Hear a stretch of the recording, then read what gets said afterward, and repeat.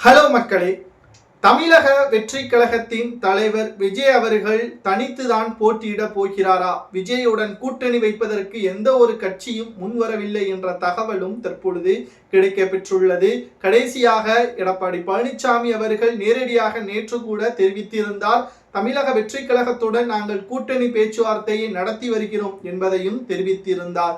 ஆனால் விஜய் அவர்கள் ஏற்கனவே தன்னை முதல்வர் வேட்பாளர் என்பதை கட்சி முன்னிறுத்திவிட்டது என்பதையும் நாம் அறிவோம். ஆனால் இப்பொழுது எடப்பாடி கூறுவது என்ன? எடப்பாடி பழனிசாமி அவர்கள் தமிழக வெற்றி கழகம் கடைசி நேரத்தில் எங்களுடன் கூட்டணி வைக்கும் என்ற ஒரு முயற்சி எடுத்து வருகிறார். ஆனால் அது பயனளிக்காது, நிச்சயமாக நாம் கூறலாம். அது ஒருபோதும் தமிழக வெற்றி கழகத்தை அதிமுகவுடன் கூட்டணி வைப்பதற்கு வாய்ப்பே கிடையாது. ஆனால் அதிமுக தமிழக வெற்றி கழகத்தின் தலைமையேற்று கூட்டணி வைக்கலாம், இது சாத்தியம் என்பதையும் நம்மால் உறுதியாக கூற முடியும். மூன்றாவது ஒரு விஷயம் என்ன என்பதை நாம் பார்க்கும் பொழுது, தமிழக வெற்றி கழகம் திமுகவை நேரடியாக வீழ்த்த முடியுமா என்று கேட்டால் நிச்சயமாக அதற்கு வாய்ப்புகளே கிடையாது. ஏனென்றால் கிட்டத்தட்ட 234 தொகுதிகளில் தமிழக வெற்றி கழகம் ஒருவேளை கூட்டணி இல்லை என்றால் தனித்து போட்டியிடுகிறது என்றால் நிச்சயம் எத்தனை தொகுதிகளில் வெற்றியடையும் என்று நீங்கள் நினைக்கிறீர்கள்?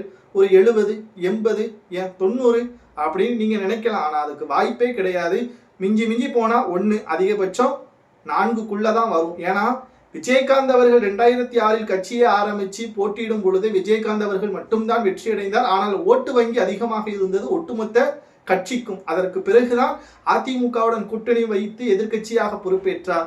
இந்த முறை விஜய் அவர்களும் அதே ஃபார்முலாவை தான் செய்ய போகிறார். விஜயகாந்த் அவர்கள் அதிமுக கூட்டணி வைப்பதற்கு முன்பாக விஜய் அவர்களுக்கு எப்படி ஆதரவுகள் இருக்கிறதோ அதேபோல் பல மடங்கு, ஏன் முதல் மாநாட்டில் மதுரையில் நடத்திய விஜயகாந்த் அவர்கள் மிக பிரம்மாண்டமாக இதுவரை அப்படி மாநாட பார்த்ததே கிடையாது. எம்ஜிஆர் காலத்திற்கு பிறகு நடைபெற்ற மிகப்பெரிய மாநாடு என்று அப்பொழுது மிகப்பெரிய அளவில் பேசும் பொருளாகவும் இருந்தது. ஆனால் அப்படிப்பட்ட விஜயகாந்த் அவர்களுக்கு ஒரு தொகுதிதான் என்பதையும் நாம் நினைவில் வைத்துக் கொள்ள வேண்டும்.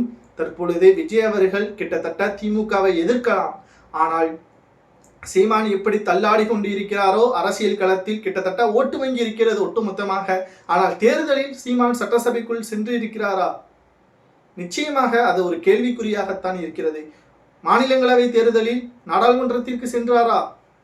ஏன் அவருடைய வேட்பாளர் யாராவது சென்றிருக்கிறார்களா? நிச்சயமாக கிடையாது. ஏனென்றால் கடைசி நேரத்தில் தமிழக மக்கள் பணத்தை பெற்றுக்கொண்டு அல்லது பொருள்களை பெற்றுக்கொண்டோ அல்லது விசுவாசத்தின் அடிப்படையிலோ ஓட்டுக்களை செலுத்தி கொண்டுதான் இருக்கிறார்கள். இந்த முறை என்ன வேண்டுமானாலும் நடக்கலாம். இளைஞர்கள் பட்டாளம் அதிகமாகவும் இந்த முறை இருக்கிறது. டெக்னாலஜியின் அடிப்படையில் ஒரே நாளில் அனைத்தையும் தலைகீழாக மாற்றக்கூடும் சக்தி இளைஞர்களுக்கு இருக்கிறது.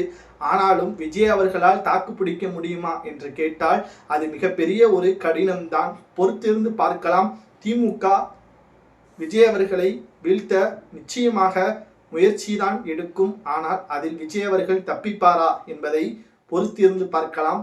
நிச்சயமாக உங்களது கருத்துக்களை கமெண்ட் வாயிலாக கூறுங்கள். விஜய் அவர்கள் வெற்றி வாய்ப்பை பெறுவாரா அல்லது திமுக தான் ஆட்சியை அமைக்குமா என்பதை கமெண்ட் வாயிலாக மறக்காமல் கூறுங்கள்.